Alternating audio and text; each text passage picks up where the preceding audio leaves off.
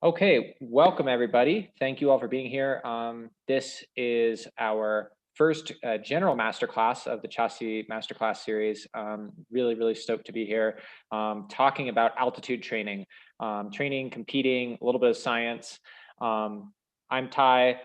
Maggie, do you want to say hi to everyone? Great. We're gonna actually do introductions in a second. But in the first every single slide that or presentation that we give, we always start with this slide. And it's not, just corporate cheesiness. We actually really stand behind this. And this is our kind of corporate group mission boiled down to four words. And I think this series is a big part of that. We are totally here to empower you guys as athletes. We want to share information. We want to share stories that we have and information that we have from our experience in the sport. But at the same time, we also definitely want to foster community. And that's part of what this is. Like I said, we really want this to be interactive. So again, if you're here live, that's awesome. Please send us whatever thoughts, questions you have in the chat. And if you're watching this as a recording, and you have questions, you can always reach out to me, to Maggie, to someone else at Chaski. We're always here. We're always here to support each other and other runners. So that's our Empower Athletes Foster Community slide. So this is our quick game plan for what we're going to talk about today. Maggie and I will give some introductions to ourselves.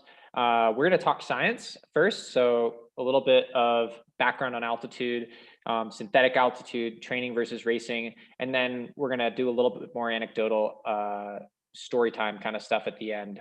Maggie has an amazing story of essentially being a first timer at altitude. She was actually just here in Ecuador with me a few weeks ago, got up to over 19,000 feet. And then I will be talking about my FKT speed climbing record on Ojos del Salado in Chile, which is back in February. And then we'll finish up with a Q&A. So hopefully we'll be right around an hour. That's like super ballpark, but if it's a little short, we'll open it up to more Q&A. I don't think it will be because, as Maggie said before this, I'm a talker, and we have a lot of slides, so that's good.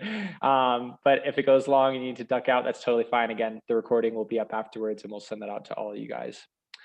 So without further ado, so like I said, I'm Tyler Andrews. I'm the founder of Chaski and one of the coaches here.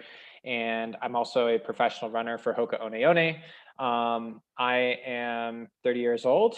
I currently live in Quito, Ecuador. That's where I am right now, though I have this cool virtual background set up so you can't see my apartment. And I really focus on ultra stuff now. So it took me a while to accept that identity, but I've accepted it with loving arms now. I've done pretty well at the 50K. I've been to Worlds 3 times. And now I've started to get into some longer stuff. And even in the last year, especially during COVID, I've done some trail stuff and some big mountain stuff, which is really relevant to today, because we're going to talk a lot about high altitude stuff. So I'm someone who's had a lot of experience with altitude. I first came to altitude in 2008 and have had it be basically a steady part of my training regimen since then, whether spending time here up high in the mountains or using a synthetic altitude tent when I was living at sea level. So we'll get into all the specifics there, but I love altitude. It works great for me. And it's something that I really see myself continuing to use as both a training tool and something where I want to continue competing really high up for many years to come. So that's me.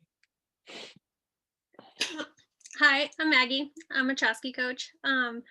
My background is mostly high school coach. Did that for 9 years, and I'm slowly transitioning to the role of college coach. So I've been an assistant college coach for 2 years, and I'm finishing up my master's in May. So soon, I think I have 3 weeks left of school.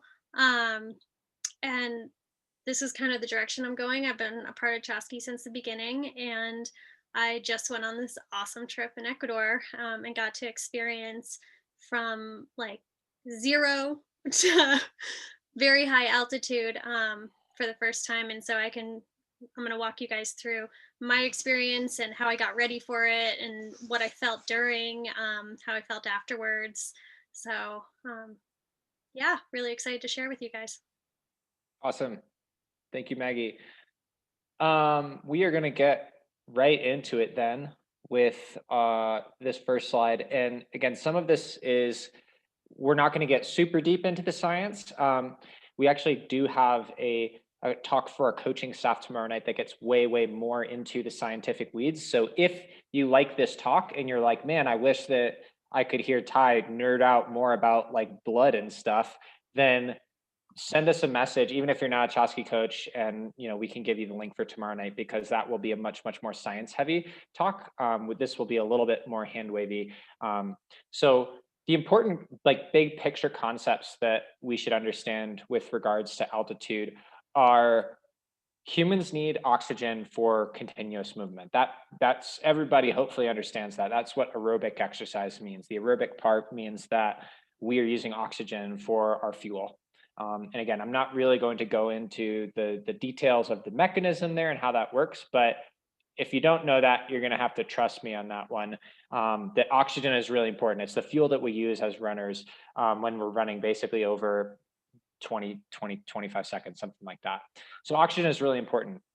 The other thing that's really important to understand is that hemoglobin, which we're going to write as HGB, and hematocrit, which we're going to write as HCT, are basically two ways to refer to the same thing. Hematocrit is just a percentage of your blood that is red blood cells. That's the way I think of it. So it's just a percentage. And then hemoglobin is a specific protein in your red blood cell that transports oxygen. So those are just important terms that we're going to use because those are things that we use to measure the effectiveness of altitude training from a blood perspective. Now, concentration of oxygen as we go up. This lovely little diagram on our right here, you can see at sea level, you've got all these oxygen molecules really close together. As you go higher and higher and higher, the oxygen molecules spread apart because the air is less dense, there's less air pressure. And thus what happens is for every inhale that you take of air, the same volume of air, you're getting fewer of those oxygen molecules. That's how we power. So essentially, you're going to have a situation where you're breathing in, you're taking the same amount of breath, but you're getting less fuel for your muscles when you're doing aerobic exercise. And so what happens is your oxygen saturation, which if you've ever put one of those things on your finger in the hospital or recently during COVID or something to measure your oxygen saturation, it starts going down, which leads to all kinds of unpleasantness. So when we talk about altitude training, we talk about essentially purposefully eliciting that effect, that lowering of oxygen saturation when we go up high. And for our purposes, we're going to use around 5,000 feet or 1,500 meters as kind of our baseline. And the reason for why we do that is because our bodies actually acclimate. So when you're at these moderate altitudes of 5,000 feet up to about 25,000 feet, your body can actually adjust to the stress of being at altitude and having that lower oxygen saturation. And so what it does is it actually increases your hemoglobin mass. It increases your hematocrit, which is how many red blood cells you have as a factor of your overall blood levels. So the way that happens is a protein called erythropoietin, which a lot of you guys have probably heard of, but you've probably heard of it referred to as EPO or EPO, which when taken synthetically is a super banned substance in all of endurance sports, really made famous in cycling in the 90s, but also has been a big issue in track and field as well. So it's exactly the same thing. Erythropoietin is made in your kidneys, and it tells your bone marrow, hey, our oxygen saturation is chronically low, something weird is going on, so we need to make more red blood cells so that we can transport that oxygen a little bit more efficiently. That happens naturally when you come to altitude for most people. There's a little asterisk there. Or obviously, if you take it synthetically, it's the same effect. You're increasing your red blood cell count. You're increasing your ability to transport oxygen in the body. So EPO, it is a banned substance when you take it synthetically. It's also a natural occurring compound that is made in the kidneys and simply just tells your body what to do. So take a step back here. The Mexico City Olympics, which is what this amazing picture on the right is from, altitude training is kind of a new thing. Like 1968 was not that long ago. I know there are some people on this call who were alive in 1968, and you can see this was the first time that a really major sporting competition was held at high altitude. Mexico City is about 7,300 feet above sea level. And so what we had was all these people who kind of had these hypotheses about what would happen. And so you started seeing groups that actually went up into the mountains to train. Alamosa, Colorado was a huge one in the United States where a lot of early research was done. But people, it was like a completely cutting edge thing. Like no one really knew it was going to happen. And it wasn't until they actually held the Olympics and they saw on paper, okay, yeah, like all of the distance races got slower, all of the sprinting and jumping races were faster, that a lot of these hypotheses were actually confirmed. And then it kind of gave birth to this new mode of training that nowadays, I read this incredible statistic a few weeks ago. I think it was something like all but one of the people who have run under 13 minutes in the 5K were either born at altitude or basically spent all their time training at altitude. So it is an unbelievably powerful training tool, and it is pretty ubiquitous in the elite level of sport for everything, like down from 5K all the way up to marathon and ultra marathons.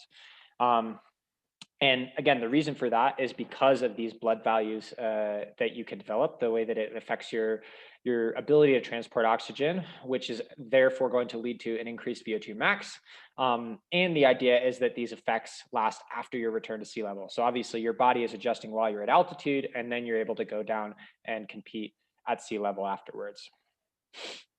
Okay, so how is altitude training done nowadays? So there are really three different ways here that this can actually be done. Live high, train high is really kind of the standard. It's like, okay, I'm right now living in Quito. We're at 9,300 feet. I live here and I train here. So I'm living high, I'm training high.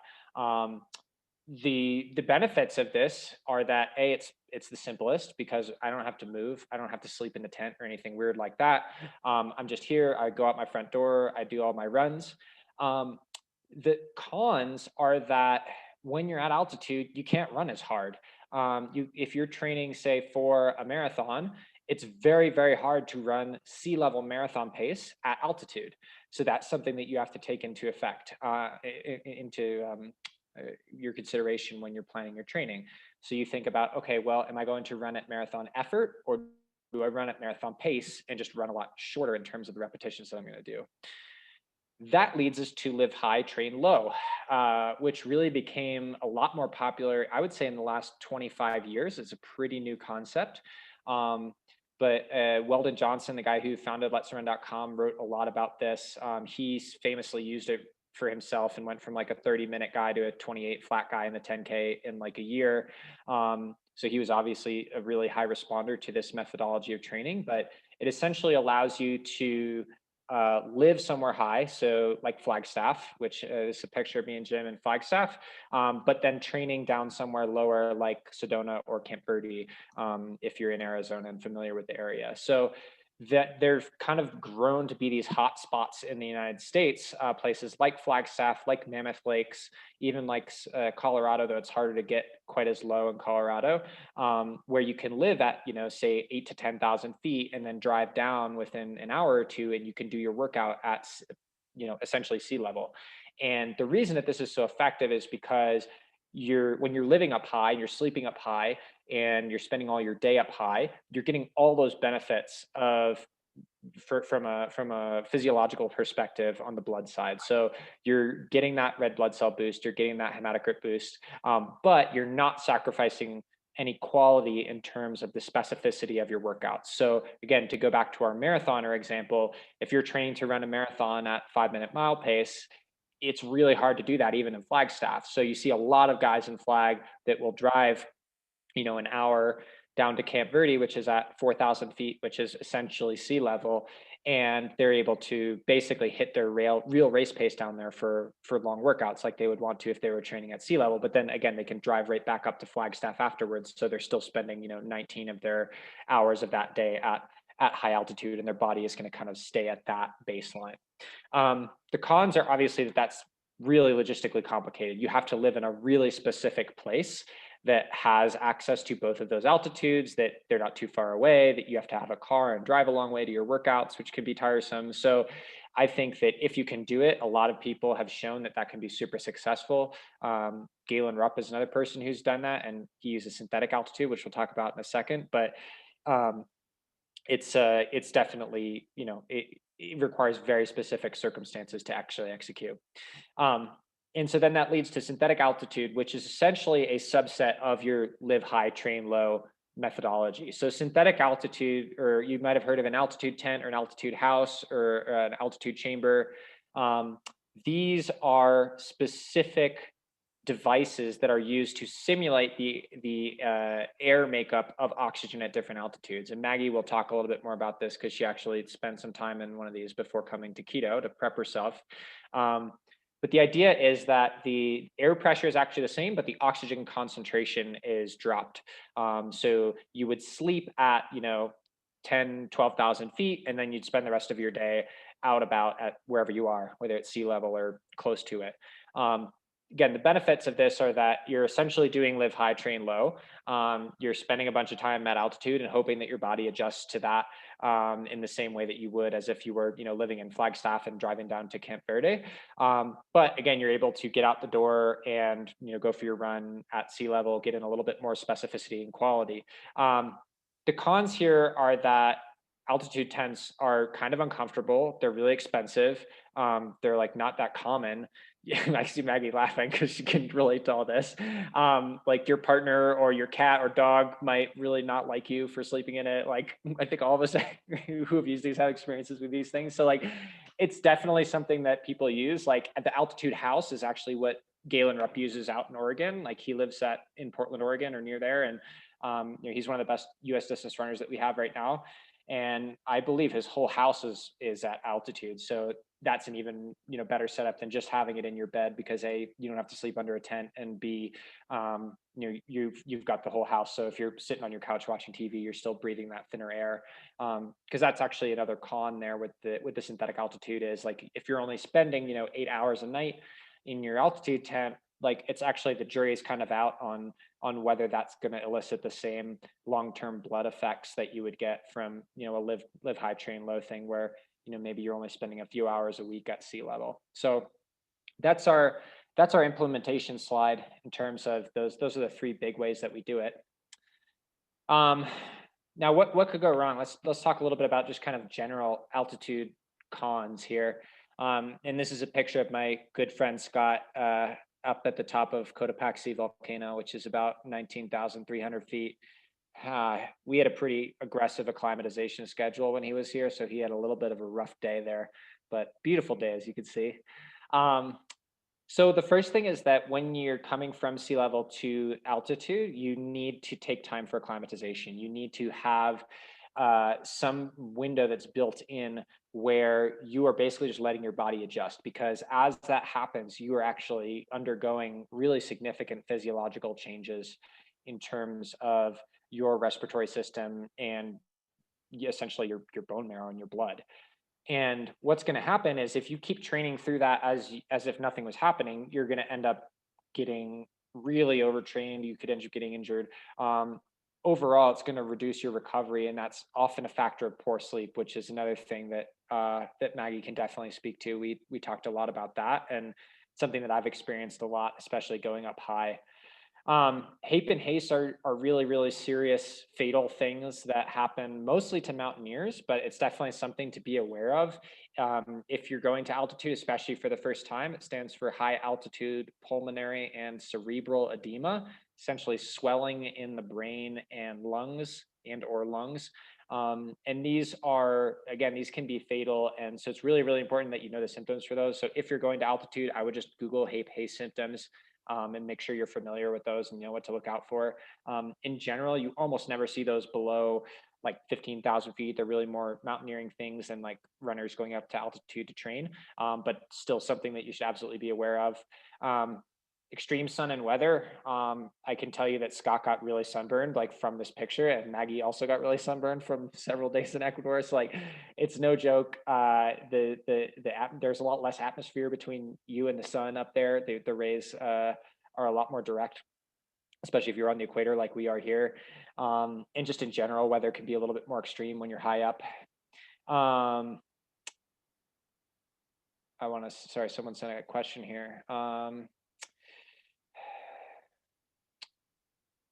This is a pretty specific HAPE and haste question. I'm actually going to save this for the NG. It's a great question. I'd love to address it, but I'm going to save that for the Q&A.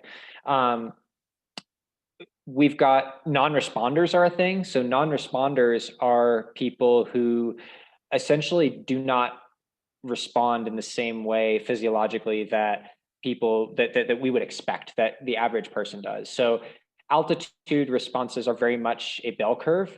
You have your average response in the middle, and you have people who are super responders who might, their hematocrit might go from 40 to 49, and then you have some people who are non-responders whose hematocrit might essentially stay right at 40, even though they're going up to altitude. And problem with that is, like, if you're not getting the blood benefits from altitude, there's very, very little reason to do it, unless whatever you want to live up there.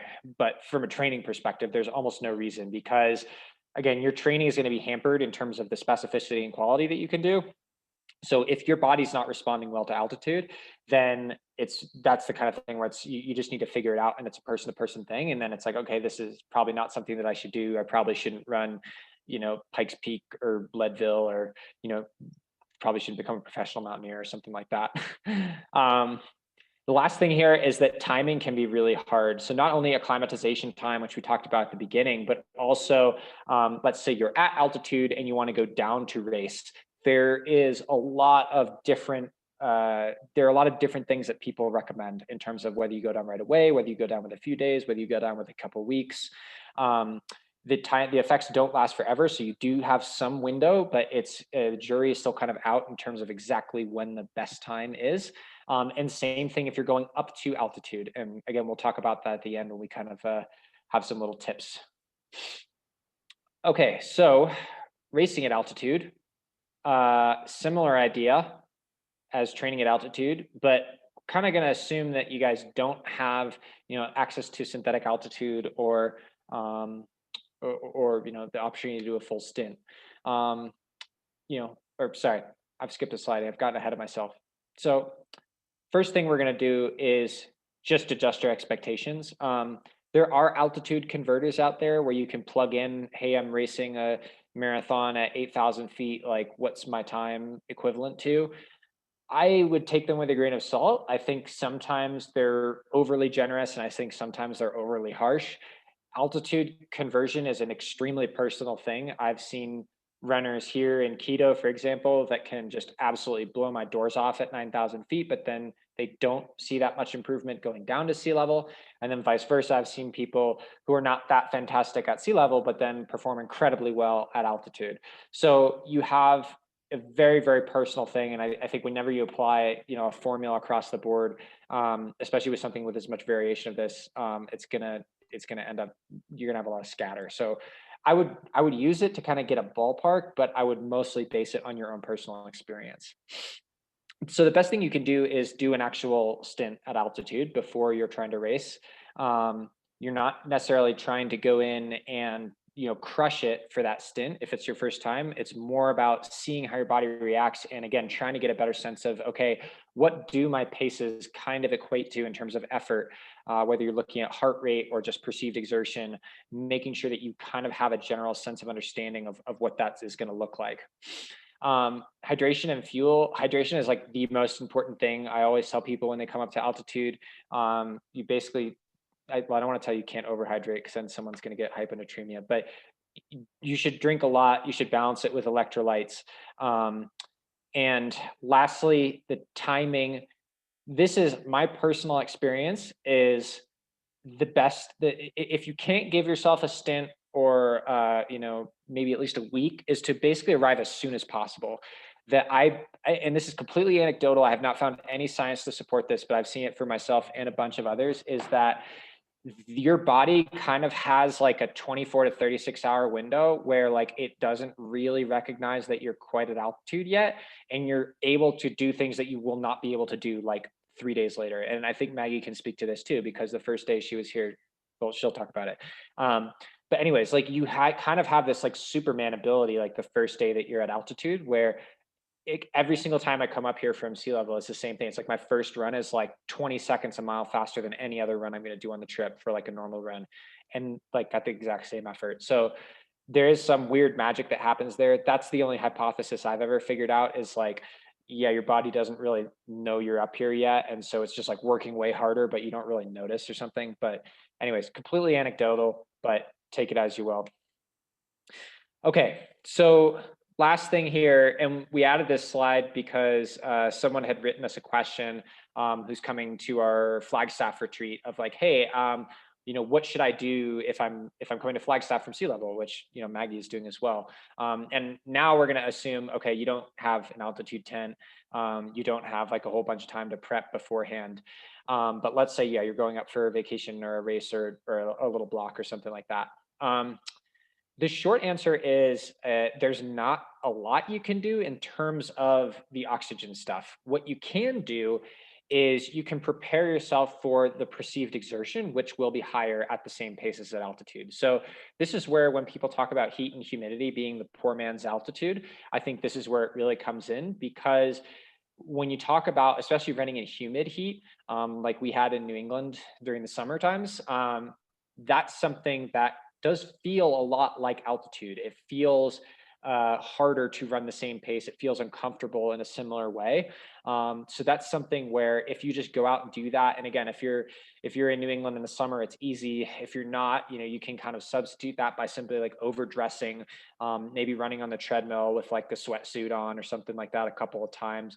But basically something that's just going to get your body used to, hey, oh my gosh, my heart has to be a little harder, my breathing has to be a little harder, things like that. The other thing is vert, or essentially how much elevation change you're doing in your runs. So if you're used to, again, going back to Boston, running around the Charles River, it's super flat. If you're going to Flagstaff, like get on the Newton Hills a few times, get out to, a little bit west of Boston where you get a little bit more elevation change, try and get a little bit more vert in your runs. Not only is that going to just make you a little bit stronger, and again, now we're going back to perceived exertion, it's going to feel a little bit harder, but it's also like whenever you go to altitude, you're almost always going to have hillier terrain than you will at sea level. Whether you're going to Flagstaff or Ecuador or Colorado or wherever, it's almost always you're going to be up in the mountains, so it's just harder to have flatter runs. So you can always get used to that.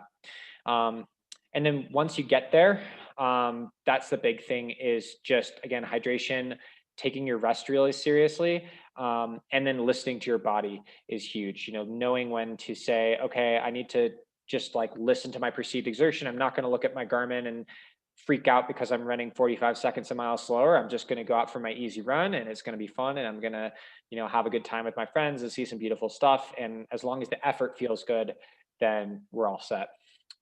Last thing I want to touch on, and then I'm going to turn it over to Maggie because there's been a lot of me talking, is there are some weird little like gizmos out there. I've seen something that's like an altitude mask that essentially restricts your airflow at sea level and says it can help you train for altitude. It doesn't really. It might, in the same way that heat and humidity might, in that it will make breathing feel harder and it will get your perceived exertion higher, but it's not going to elicit any kind of effects in the same way that training at altitude will. What that's doing is it's training your musculoskeletal breathing system. So it's literally training the muscles that fire your lungs to squeeze air in and out of you. So for most people, those muscles are not weak. Those are not your limiting factor. The oxygen is going to be your limiting factor. But honestly, like now, especially in the last year, people running with masks and buffs on, like it's basically the same effect. If you want, again, your runs to feel a little bit harder and prepare yourself that way, it would be just as effective to throw, a $1 buff or a 10-cent medical mask over your nose and mouth and just restrict your airflow a little bit so that you have to work a little bit harder to breathe. It's going to be the same effect. So that's our pre-altitude prep.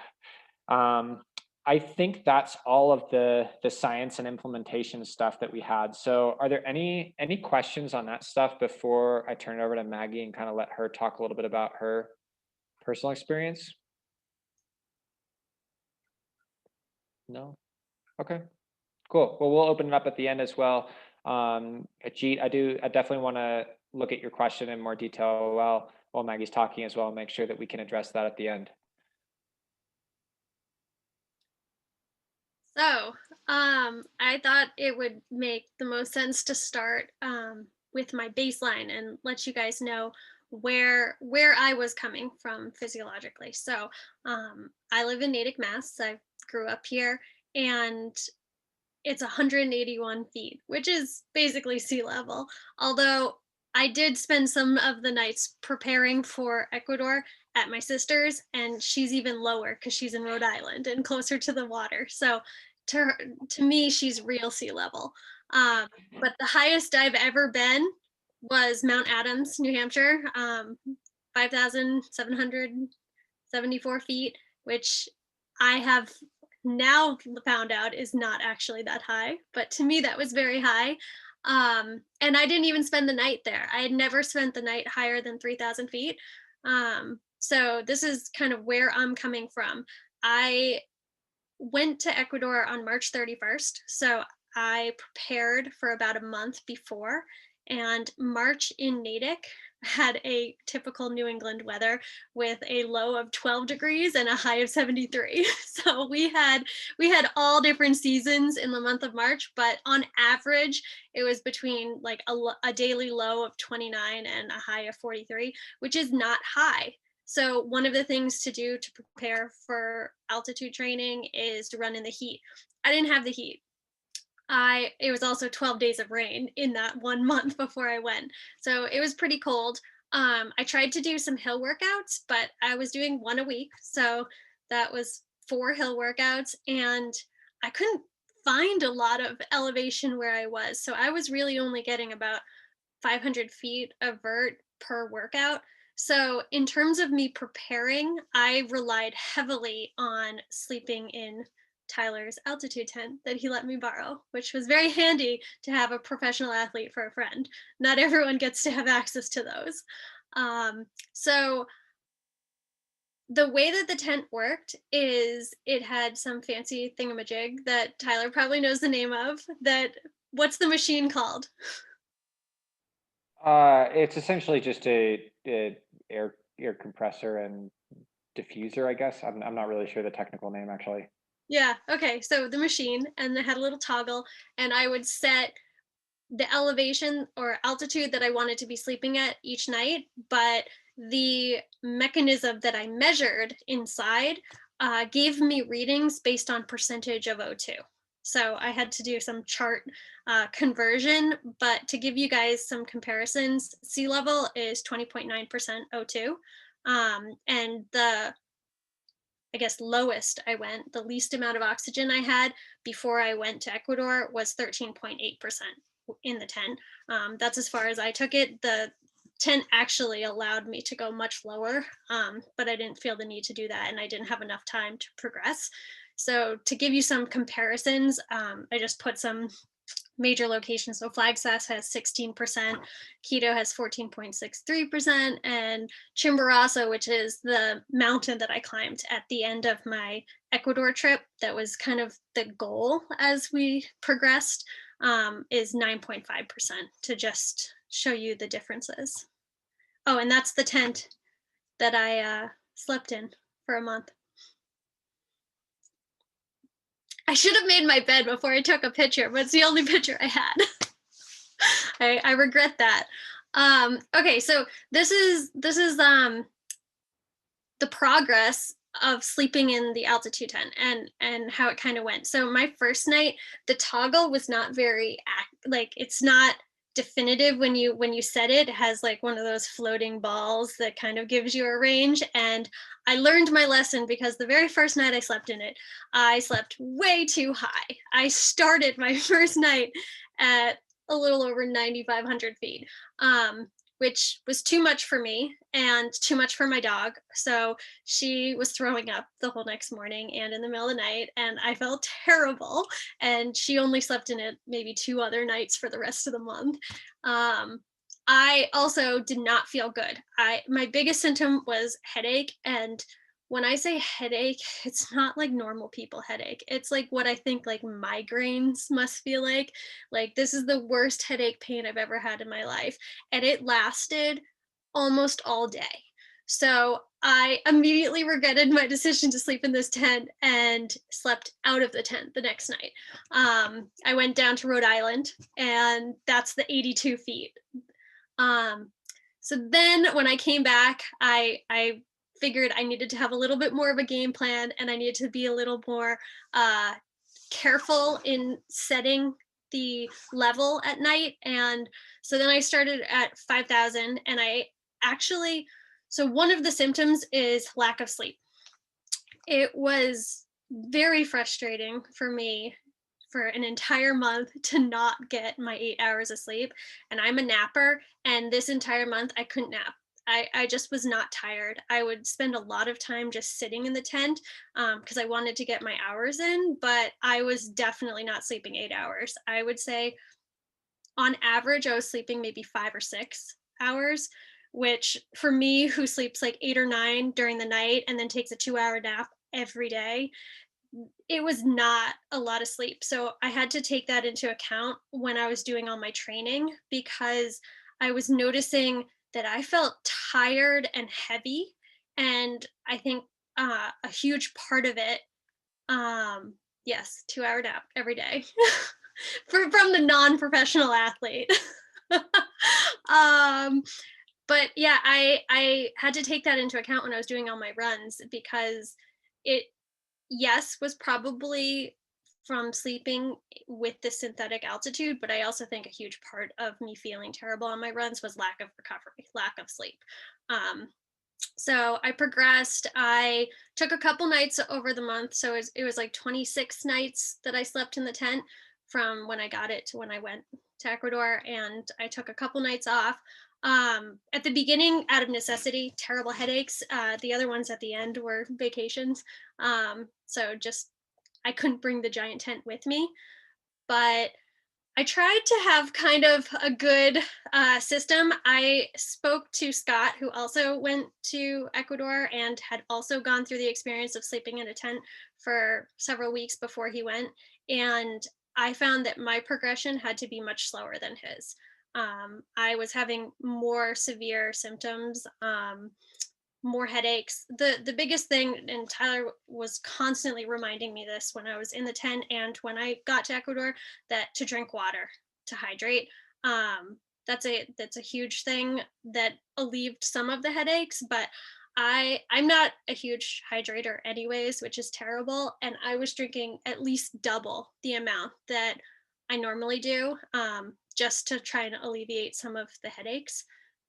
So those were the biggest takeaways. And at the end, I was sleeping at just over 10,000 feet, which is a little bit higher than keto.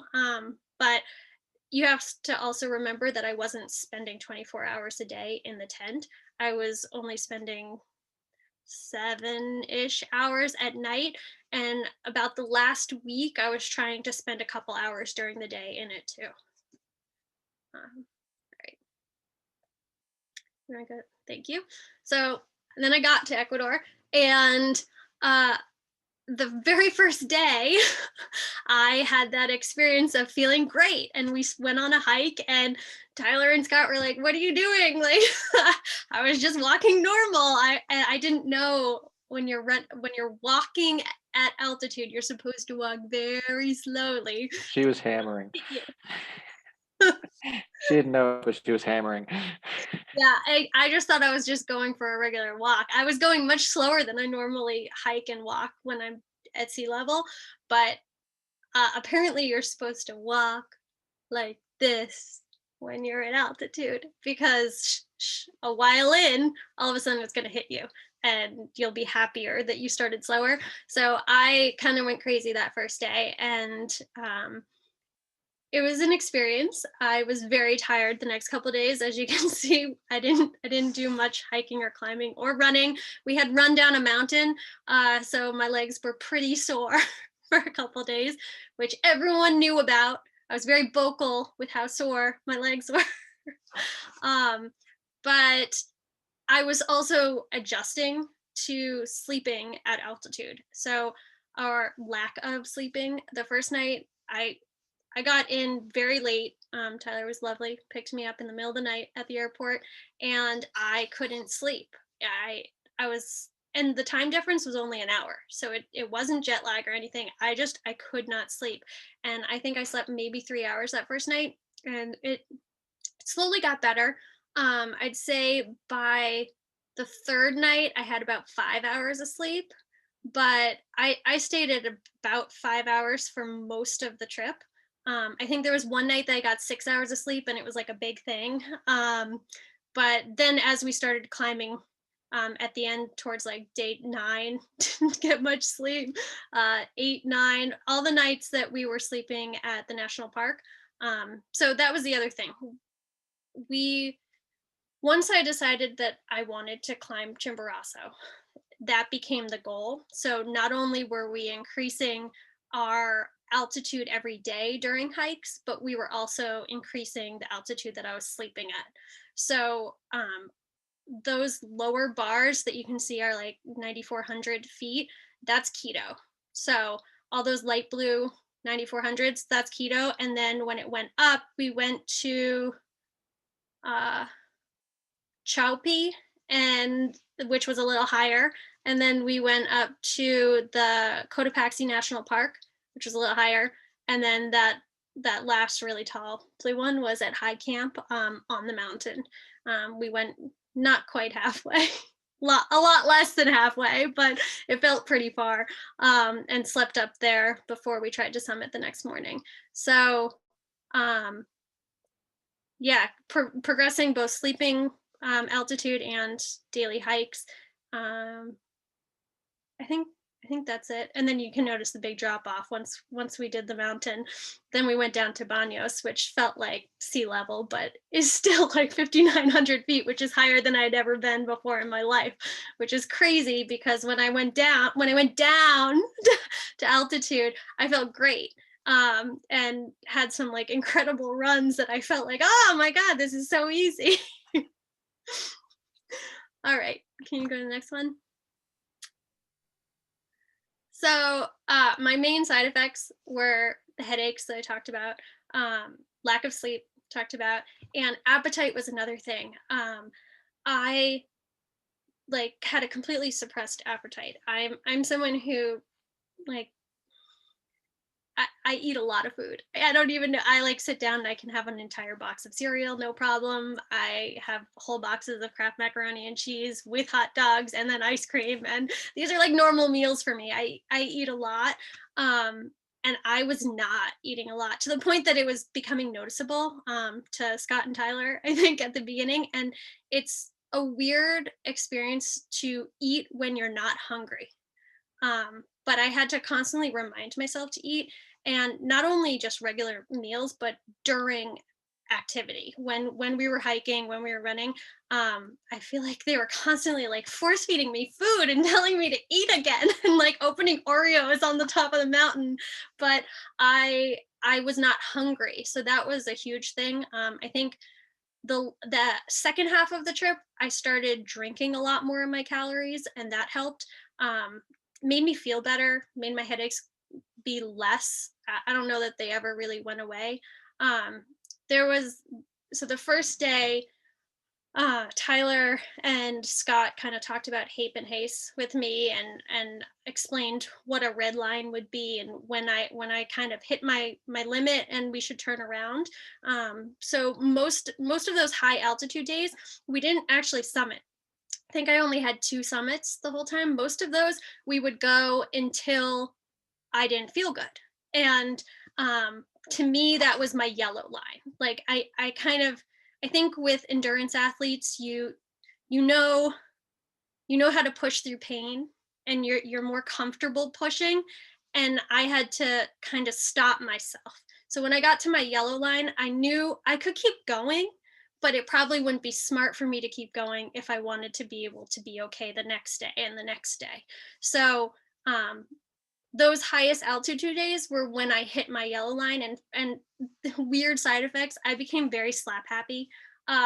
Like we'd be hiking and they'd be like, oh, watch out for that rock. And I'd burst out laughing. And so then like cognitively, I was like, okay, something's going on right now because that's not actually funny. So yeah, for me, it was like slap happy. It was a sharper headache. And usually for my yellow line, like when I started to get a headache, I'd go like maybe another half hour. And then I knew, okay, this is getting too bad. I got a little nauseous and a little dizzy a couple times when we got pretty high. But it was interesting that as I was sleeping higher and hiking higher every day, my yellow line level was being raised. Every time we hiked, I'd experience the same things, but much higher than the day before. So that was a sign to me that it was working, that acclimation. Someone asked a question about medicine. So I I had Excedrin with me. That usually works for headaches, and I had done some research online, and they said that was like a good one because it has caffeine in it for headaches. But I was very conscious of the Tyler voice in my head telling me not to take something that would mask symptoms while I was still climbing altitude. So every time I waited until we had already turned around and were going down before I would take anything, to make sure I was very aware of symptoms as we climbed. So that was good. Yeah, so fueling. Oh, speed versus endurance. So the speed thing is actually really true. I did, I'd say, one actual track workout when I was there. There was another half one that I totally was not feeling. And I was like, yeah, you guys can call this a speed workout. I am not calling this a speed workout, and totally copped out.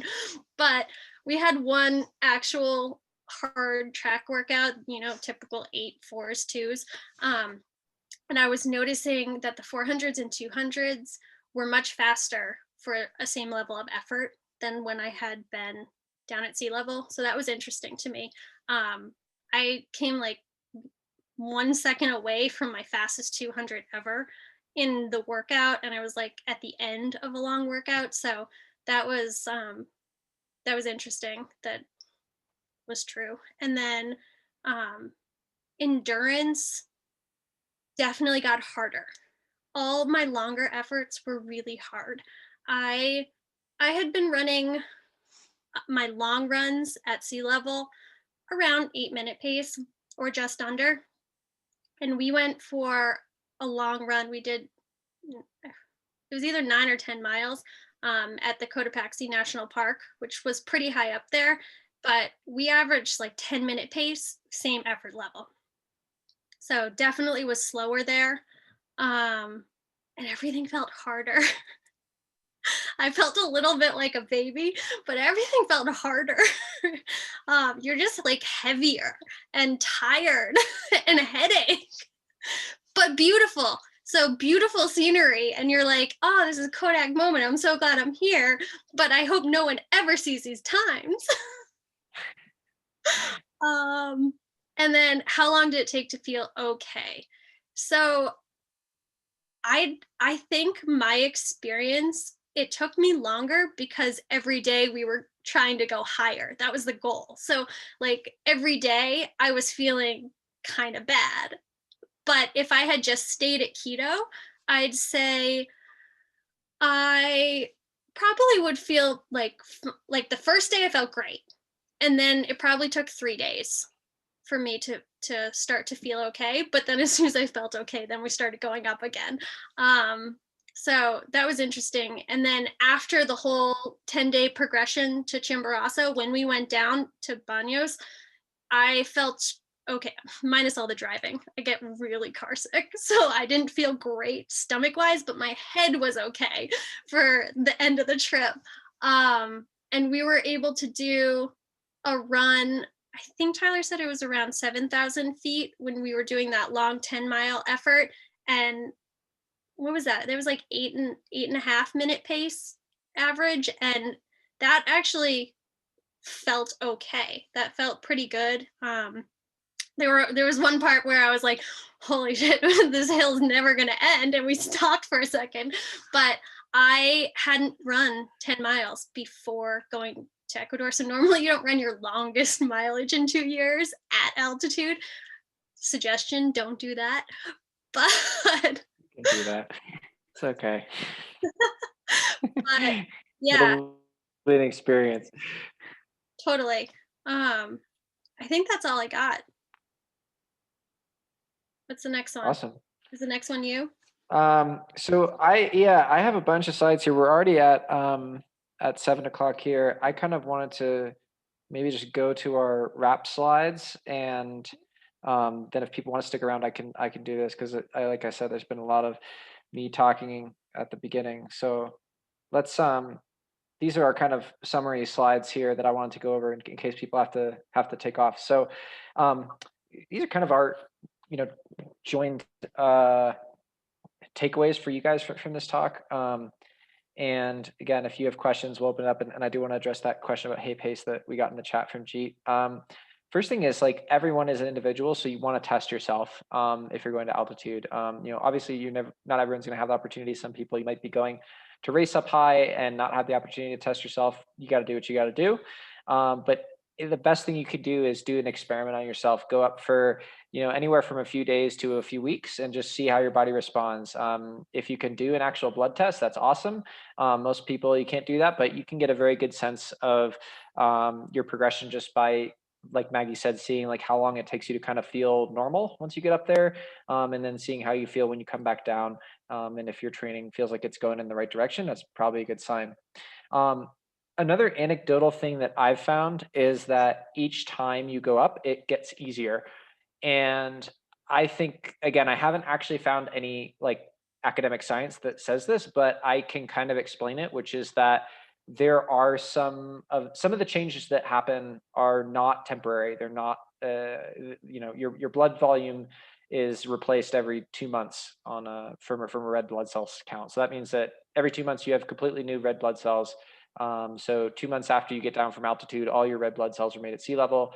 But there's other things that happen that we didn't go into at the beginning in terms of capillarization, the literal just effect of being able to train at a slower mechanical pace while having a stronger aerobic stimulus. That's really powerful. So there are things that happen to your body that change it for the long term, and that do make it literally easier to go up each time. And then there's also a little bit of a psychological effect of just kind of knowing what to expect. Um, Again, we said this before, but if you're racing, try to get there, try to like get that magic window, that Superman window that Maggie experienced up on Pichincha that first day, where you just feel like, no problem, I can do this. Um, and for very high altitude challenges, if you're doing mountaineering, if you have a really high race, I would say try to gradually acclimatize, like Maggie did in the tent, and even like she did when we got here, and like I did on Ojos. If you want to stick around and listen to that, you want to work up gradually with some acclimatization days. And then the biggest thing, I think, honestly, is you have to take recovery way more seriously.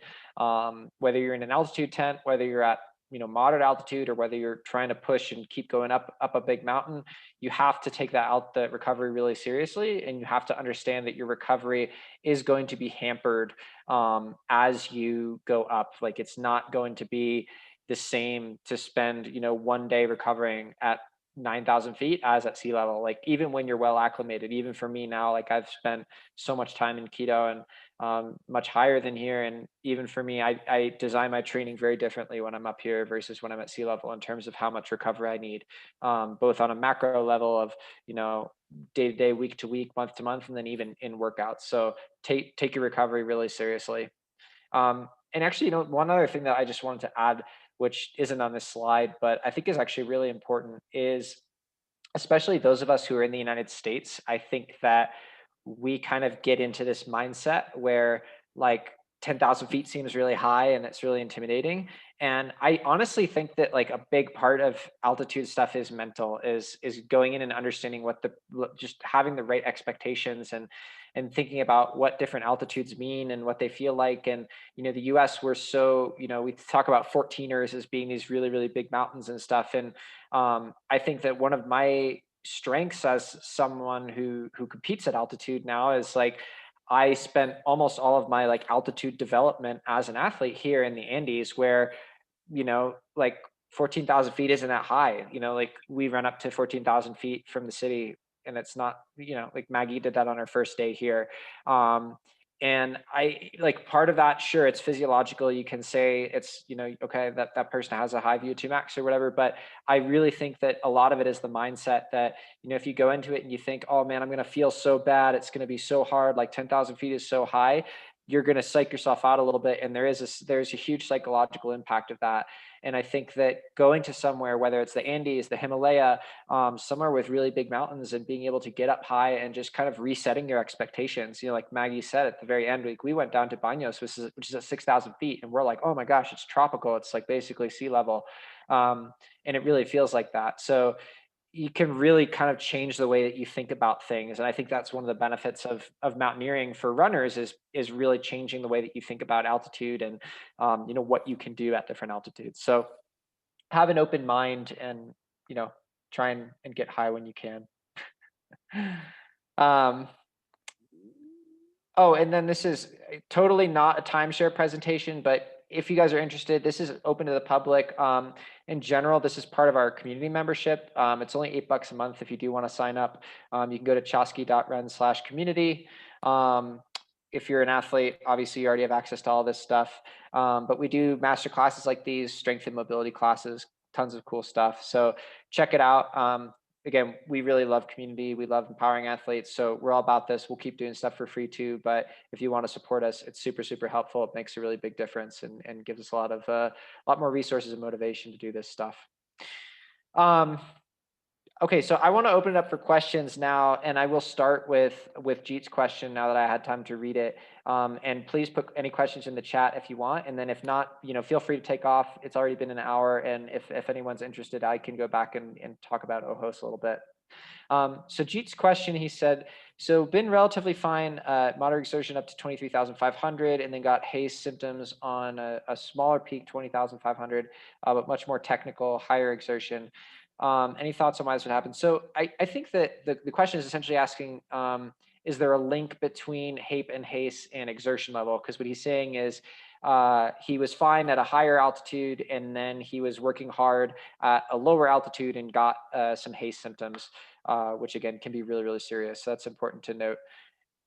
I don't know the answer to that off the top of my head, G. It's a really good question. I do know that if they were on separate trips, it could simply be that you were better acclimated on the 23,000 foot trip than on the 20,000 foot trip, that maybe your acclimatization was a little bit too rapid on that trip.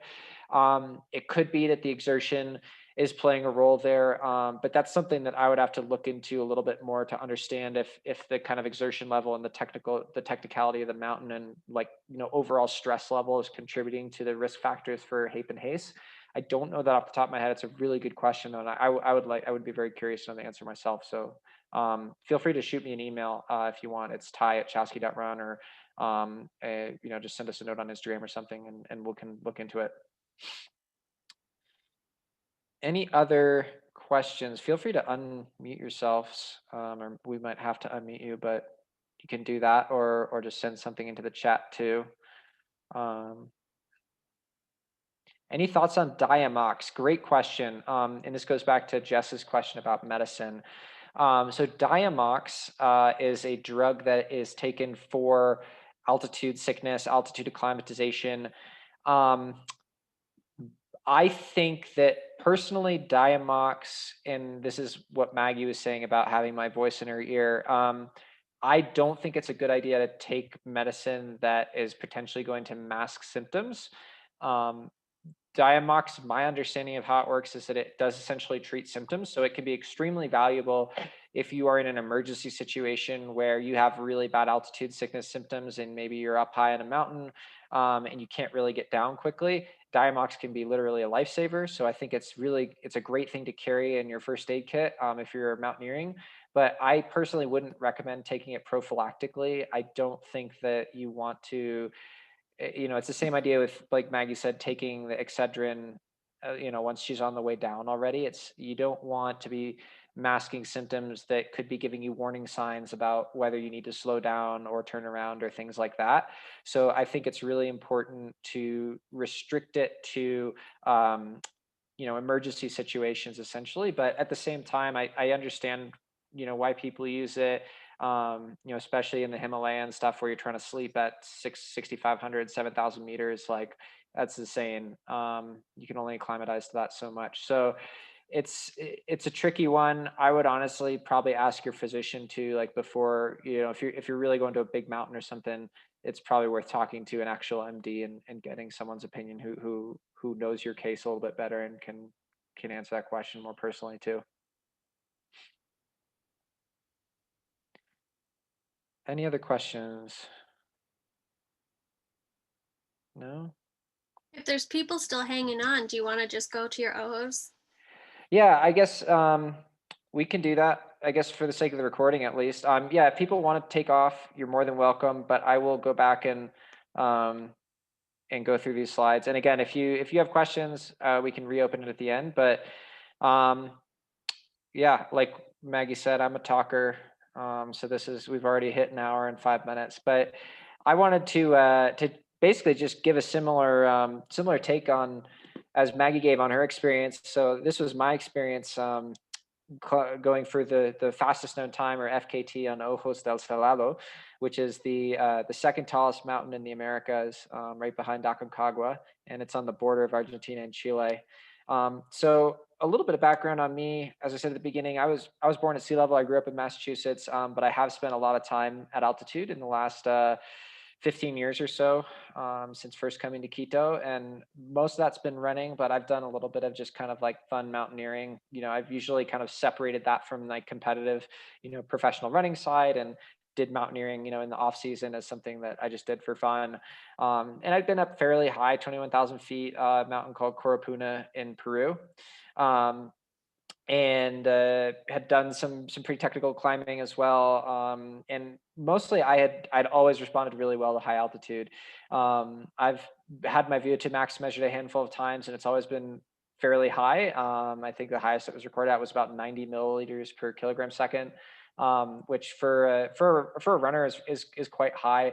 But it's like my VO2 max is probably higher than my running times would have predicted. And so this kind of came about, as a lot of things did in the last year, because of the pandemic and COVID. And I didn't have any races lined up for the spring. I had a road 100K that I was part of in January, and then didn't really have anything else lined up, and just wanted to do something really, really different. So I said, yeah, okay, why not? I knew that this route existed, and that there was a record on it, and it kind of seemed to right in my wheelhouse. And so I said, yeah, why not? And so I got my friend Scott down here. We did just a most ridiculous, like, remote work slash learning experience of all time. That's him literally in a college class in a cable car at 13,000 feet going up to the Teleferico here for an acclimatization day. Um, and yeah, so I was living in Quito. I came here to flag, or sorry, I said that backwards. I was living in Flag and came here to Quito.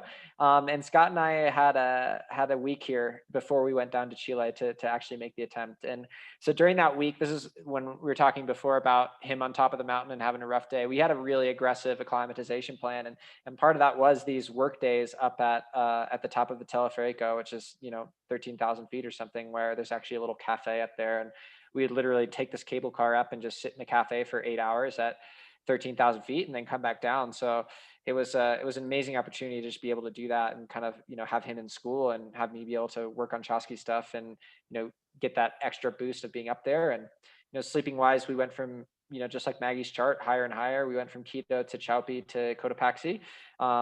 And actually, by the time we got to Cotopaxi, I think we felt pretty good sleeping up that high. We're sleeping at almost 13,000 feet at that point. So then we actually did some hiking too. These are some beautiful pictures this is from Ilaniso Norte on the right here, which we got up to 5,000 meters for the first time.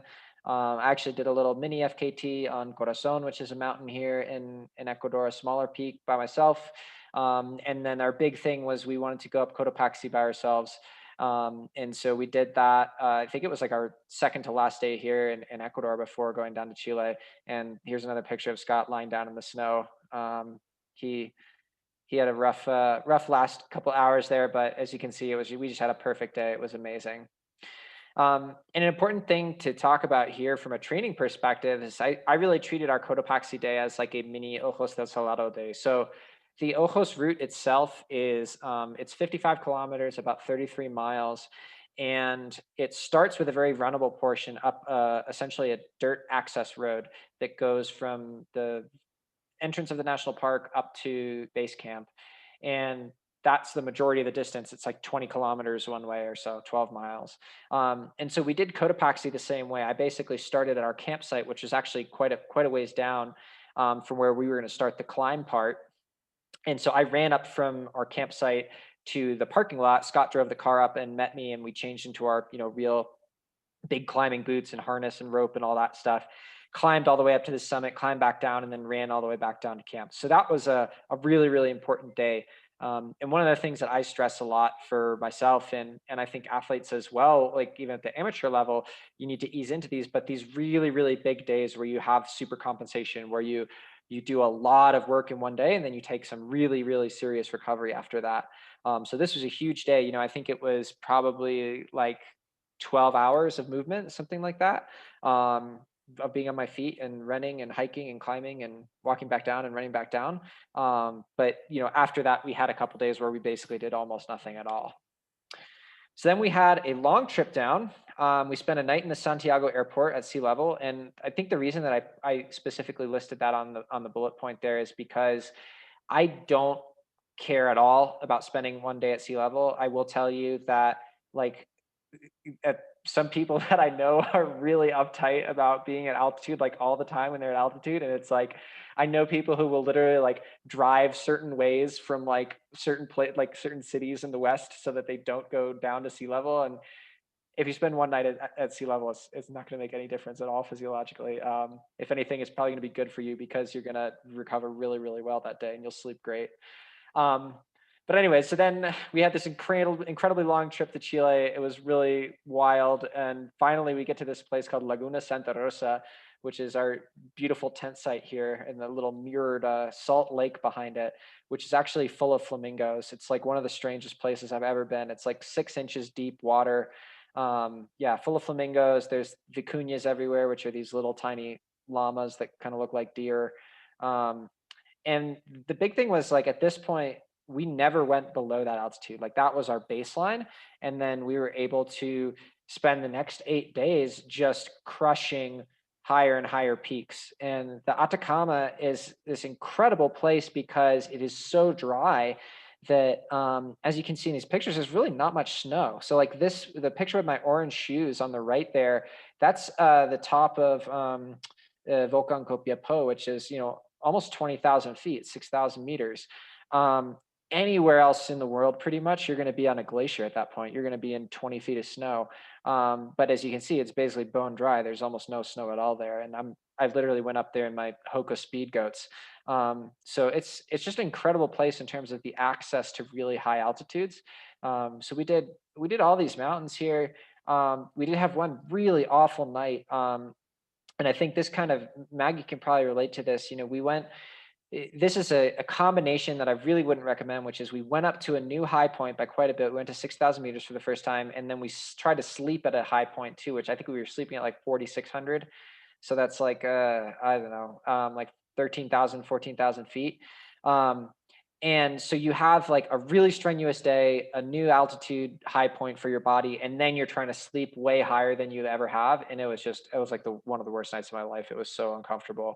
You're just like lying in your sleeping bag, listening to your heart pound all night. And like you kind of fall half asleep and then wake up gasping. And yeah, like the roof on the building we were in, was falling off. It was a bad night. But anyways, then we had some other great days. That Volcan Copiapó day, the reason I wrote important there was it was the first time that I had gone up really high by myself. Every other time had been with Scott, or had been on a smaller mountain when I'd gone by myself. And I was still kind of freaked out by the idea of going over 6,000 meters by myself, honestly. And so to go up and have like I felt amazing on that day. I was moving super well. And yeah, it was just like, that was the one where I was like, oh, okay, I think I can actually do this. Um, and so then we actually went to Ojos, and did a hiking day there. So before we did the FKT attempt, and I've done this with a lot of different FKTs I've tried, where I actually want to like do the whole route the first, like at least once, so I know it. Like I'm a very bad trail runner, so when I want to do a FKT on a trail, it's like I need to scout it out. I'm not just going to go and do it sight unseen. And so that's what we did on Ojos. We spent a night at base camp, which was the highest we'd slept, is 17,000 feet. And then we had this just unbelievable 18-hour day, where we left at midnight. We got about 2/3 of the way up the mountain. It was unbelievably cold, and we actually turned back, went all the way back down, and then by that point, dawn had broken and it had warmed up, and so we went all the way back up to the summit and then all the way back down. So we really did like the mountain plus another 60% or so of vert. Um, but that was just a huge day as well in terms of getting to know the route, knowing that I could get up there and handle the altitude all right, and then just this incredibly long day. Like, I mean, that day hours wise was much longer than we thought the FKT day was going to be. So that was a huge confidence booster. Between that and that solo day on the Copiapo mountain was enormous. So then we had our big day. And that's me running in front of the mountain there. This is not FKT day. It's just a cool staged photo we took. This is a day when there was way more snow. You can see how low it is. But basically, the way that I looked at it, and the way that I look at anything really athletically, is I broke it up into chunks. And I'll do this with a 5K, or I'll do this with a 100K, in the same way as I try to break it up into chunks of effort that seem manageable. And this route really had very distinct chunks that made it really easy. So like I said at the beginning, there was this road section at the start, which was about 12 and a half miles from that, literally the edge of the road, to base camp, Atacama camp. And I remember we left maybe like 3 or 4 o'clock in the morning. So I was doing it in the dark, and I had Scott and my two friends who we'd hired to help us along in terms of crew. They had a pickup truck, so they were kind of driving off in the distance, and I kind of see them disappearing off, and they would stop every 30 minutes or so and give me my bottles and gels and whatnot. And I just remember running through the dark and just this like really magical feeling of like complete silence. I'm just out here in the middle of the night running in the Atacama Desert up this mountain. That was just a really special moment. And then getting to Atacama, I was under pace at that point already, and had a great little hiking section from there to Tejos, which is the high camp. So that's it's only 2.5 miles, but takes an hour and 10 minutes because now you're up to 19,000 feet. And then from Tejos to the summit is really where it goes from, running and speed hiking slash jogging to actual climbing. It's pretty steep. I think at that point I actually changed shoes. I was wearing these orange Hoka Speed Goats, and put on Hoka makes a low top hiking boot now. I put that on mostly just because some of it is really sandy, and I knew that the sand would get into my running shoes a little bit more. But honestly, I could have worn a trail running shoe up to the summit, which is kind of insane. Um, I did have like one kind of freak out moment, which if you read my recap, you probably remember, was there's a point where we actually had walkie-talkies, and the walkie-talkies lose signal. And it's at, the penultimate kind of section right before the crux of the climb. And we I just stopped and sent a message back to Scott and the rest of the team, and was like, hey, I'm going to this section. And then I remember after that, I don't know if it was like that was the first time I had really stopped all day, but I was just kind of freaking myself out. And like all of a sudden I was, getting into the crux, which is this kind of scrambly piece where you have to do some hands and feet climbing, and there's some fixed ropes that look kind of sketchy. And I just kind of freaked out and was like, I don't know if I want to do this. I don't know if this feels good. I was the only person on the mountain that day. That was the other thing. Like no one else was there. And so I'm like up at 21,000 feet or something, and 22,000 feet even. And yeah, I just had to kind of like take a second and like center myself. And I think honestly, it was that I'd gotten out of that rhythm. Like I was just in this routine and rhythm of like, go, move, like keep putting one foot in front of the other. And I think getting out of that and being able to find my way back into that, once I did that, it was completely fine. I was like, okay, yep, I've done this before, no problem. Here I am. And then I'm on the summit. Um, And then I'm on the summit, and that's what it looks like. I'm very excited. It was very cold. Um, but mostly it was just getting back into that mode of like, okay, kind of literal and metaphorical tunnel vision of I don't really care. I'm just gonna go. Um, and I think I only spent about a minute on the summit. I took some pictures, took a little video, and then it was mostly about not hurting myself on the way down. Like I'd already been going for, I don't know, 5 or 6 hours at this point. So pretty tired. And the downhill, I'm like I said, I'm a bad trail runner and I'm a very bad downhill trail runner. So I was mostly my goal was just to get back in one piece at this point. And I just remember that there was this moment of like, again, I'm not a good trail runner, and I remember there was a piece where there was this kind of runnable single track, but it was pretty steep downhill, and I just felt like I just couldn't fall, I couldn't trip, and that was the closest thing I've had to flow state in an actual trail running setting before. And I don't know, maybe the altitude was getting to my head or something, or maybe I was just having a good day, but that was another really special moment. And then finally we had the last road section. And at that point I was pretty cooked. I was pretty ready to be done. And you get there and you still have 12 and a half miles and you're still pretty high up, you're still at 17,000 feet or something. And I think I just put on the Hamilton soundtrack in my headphones and just like like hunkered down, just like tried to stay in like the moment and not think about how much was left or like count down the kilometers or anything. I was just like, okay, just here we are, and kind of try to enjoy it and stuff too. Like again, we had the truck trailing us and kind of driving by every 15 or 20 minutes, and that was great to see those guys. And I remember the very last stretch, there's this like super long straightaway where you can see the little hut, which is where the route officially starts, and you can see it from way too far away. You can see it from like almost 3 miles away, and you're running into a headwind at that point because it's that time of day now. It's midday and the wind is coming off the desert, and that was brutal. And actually, I think Scott hopped out of the truck at that point and was like running it in with me. Um, so that was fun. But then he got really tired really quickly. So I was by myself, but it was just like one of these things where you're running, and I'm sure a lot of you guys had the same experience where it just won't get any closer. And when you can see something from that far away, it takes so long for it to feel like you're finally getting close. And then you finally get there, and that's it. It's like that's what you've been waiting for. And you have that sweet relief, but it's also just it's the culmination of many many years of hard work to get there. So it was a very special day. Um and yeah, there's me and Scott afterwards. You can see we look very clean, especially Scott's pants.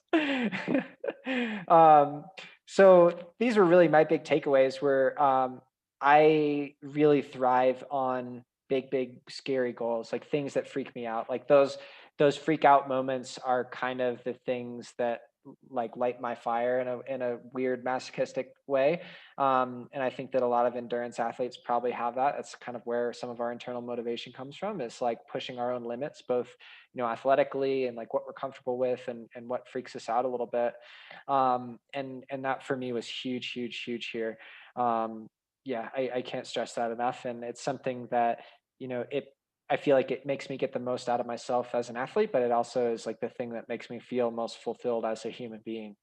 Um, and then I think the importance of acclimatization just can't be understated. If you go back to that slide about all the mountains that we did in the 8 days before this, I think we were over 6,000 meters like 4 or 5 times in those 8 days. So it can't be understated how important that is. And even before that, when we were in Quito, when we kind of did the stair stepping up to there.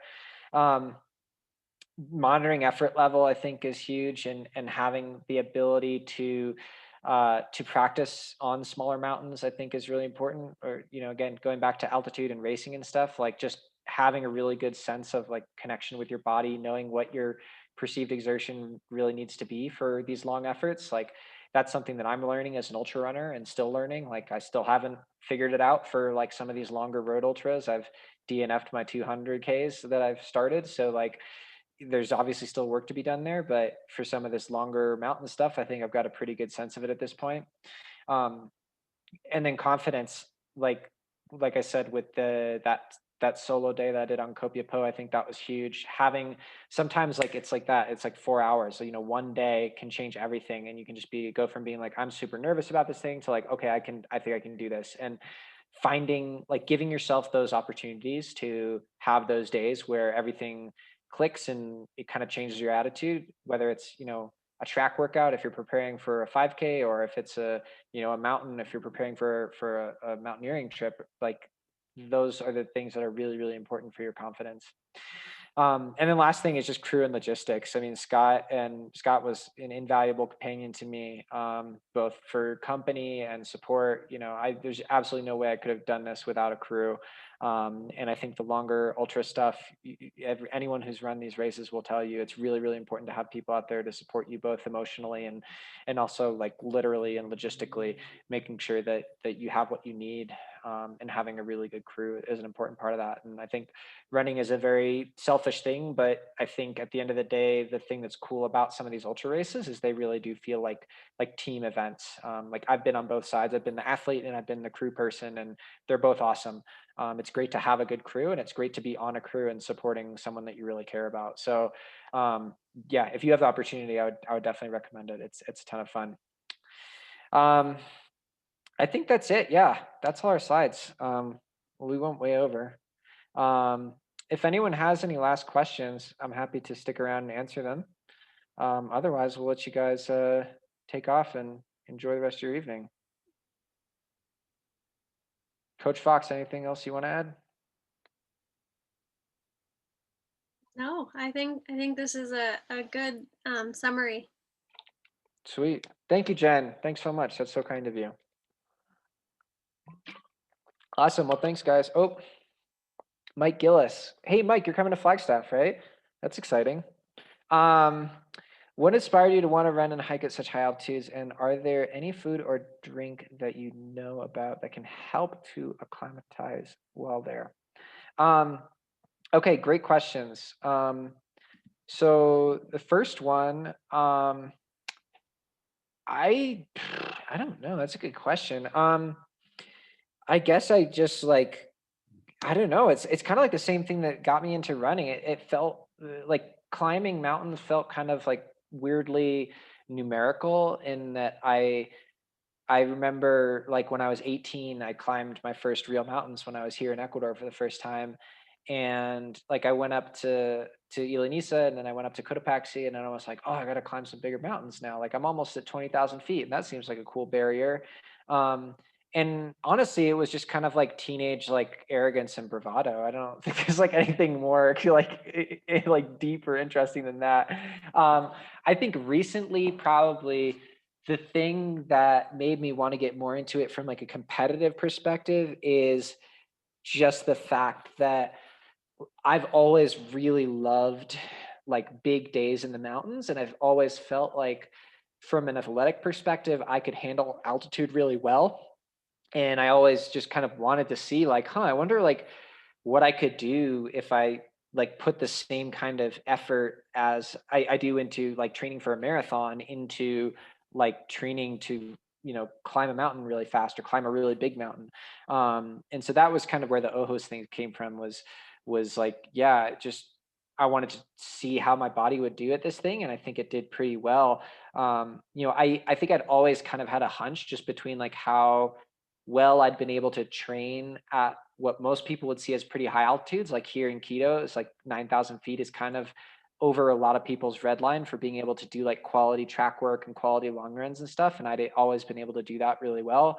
So I think that was one indicator that like maybe that'll carry up and you'll be able to do stuff at a higher altitude similarly well. And then I've had my VO2 max measured a bunch of times, and it's always been on the higher end. So I think that's another thing where like my VO2 max is a lot higher than my PRs in road running and track running would kind of predict. So it kind of points to like, okay, maybe you're not the most like mechanically efficient runner at really high speeds, but maybe you have this really big engine that can function well on little oxygen, which I think it kind of can. So I think that was another thing that I kind of wanted to test out and see like, hey, how am I going to do at like real big altitude, which this was a new altitude high point for me, and it went fairly well. So I think that's probably the answer to number one, at least the most I can give you.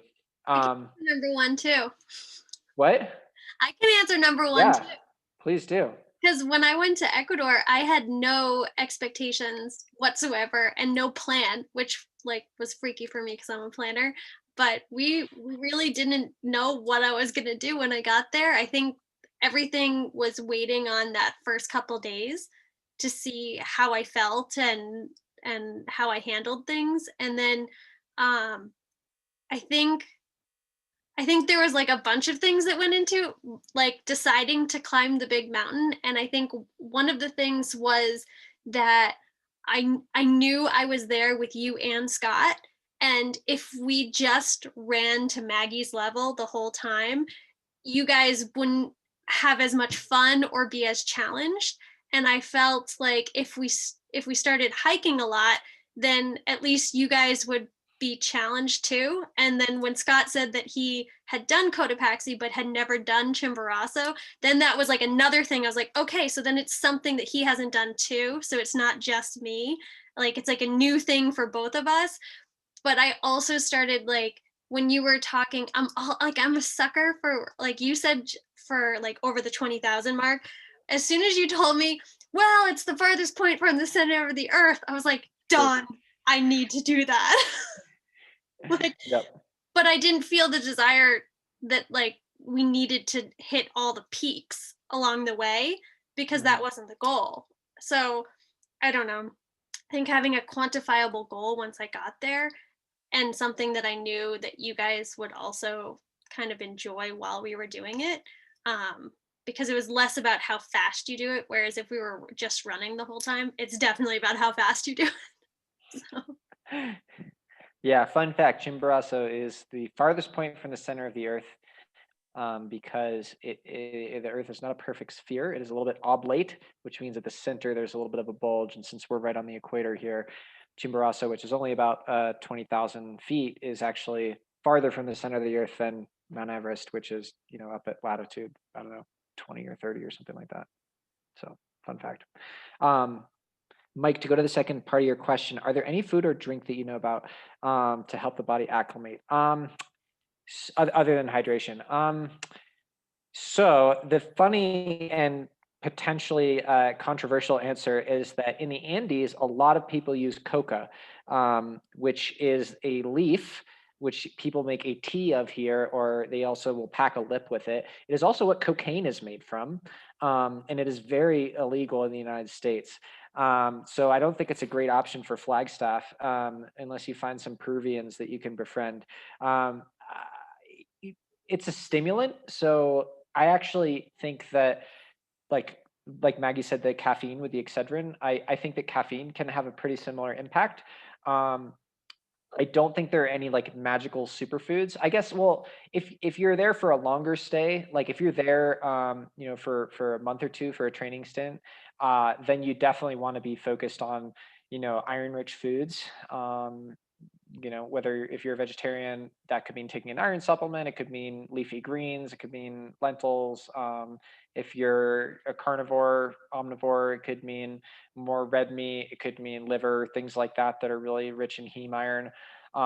So things like that, and those kind of things, like you can kind of front load a little bit with that too. So like you want to be careful. Like I wouldn't take an iron supplement if you're not used to taking it like every single day, because you can actually get sick from getting too much iron. Like iron toxicity is a very real thing. So this is something that you should consult a doctor or nutritionist about. But you can certainly kind of front load by just like stoking your diet with more iron rich foods.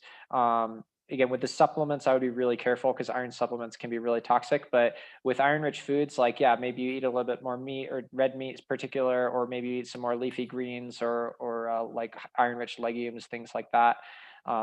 Just be a little bit more careful about your iron intake too. Like try the one that people always talk about is don't mix your iron and calcium in big meals. So if you're having like, a big steak, don't have a big ice cream right afterwards, whatever, things like that. If you're taking two supplements, don't take your iron and your calcium together, because calcium inhibits iron absorption. So that would probably be my recommendation. And for US travel would be, would be, yeah, stack your diet a little bit more iron rich in maybe the week or two before you leave. And yeah, if you're coming to the Andes, yeah, drink some coca tea. It's good for you. Tastes. Controversial opinion too. Some alcohol definitely helps sleeping more hours. That's true. Yeah, that I've heard that from Carl Egloff, who's the best speed climber in the world. And I asked him how he sleeps like really high camps because he has the record on like Denali and Aconcagua, and he's going to the Himalaya next year. And he's like, just have a glass of red wine at base camp. And I'm like, really, Carl? He's like, yeah, I'll put you right out. Like you'll get drunk, but it'll put you to sleep. So yeah, if you have sleeping trouble, honestly, yeah, like you don't want to drink a lot because you'll get a really bad hangover, but having like one glass of wine or one beer or something like that, it might actually help you sleep. So pick your poison, I suppose. Yeah, it does, but you're already a little dehydrated and you have to Right. drink more water, so you'd have to drink like even more to Yeah. compensate. Yeah. But that's how I got my 6 hours of sleep that night. There you go. Uh, Any other questions? Good stuff, Mike. Thank you. Any other questions, folks? Whoever's still here? No? All Cool. right. Well, thank you guys. This is a good baseline for us to know how long to make our talks. Apparently we need about 2/3 as many slides. But I hope that if you're watching this live, you enjoyed it. If you're watching this as a recording, that you get something out of it. Again, feel free to reach out to me, ty at chaski.run. Maggie is just Maggie at chaski.run. You can reach us if you have any questions or anything like that. And yeah, we'll be back. What week is it? Next week, there's no masterclass, but in 2 weeks, we'll actually be starting our nutrition masterclass series with Carolyn Stalker, who's a master's and registered dietitian. Amazing, amazing person, super knowledgeable about nutrition. So you'll definitely want to check that out. And then we'll be back with even more later on. So stick around and thanks for being here. Bye, everybody.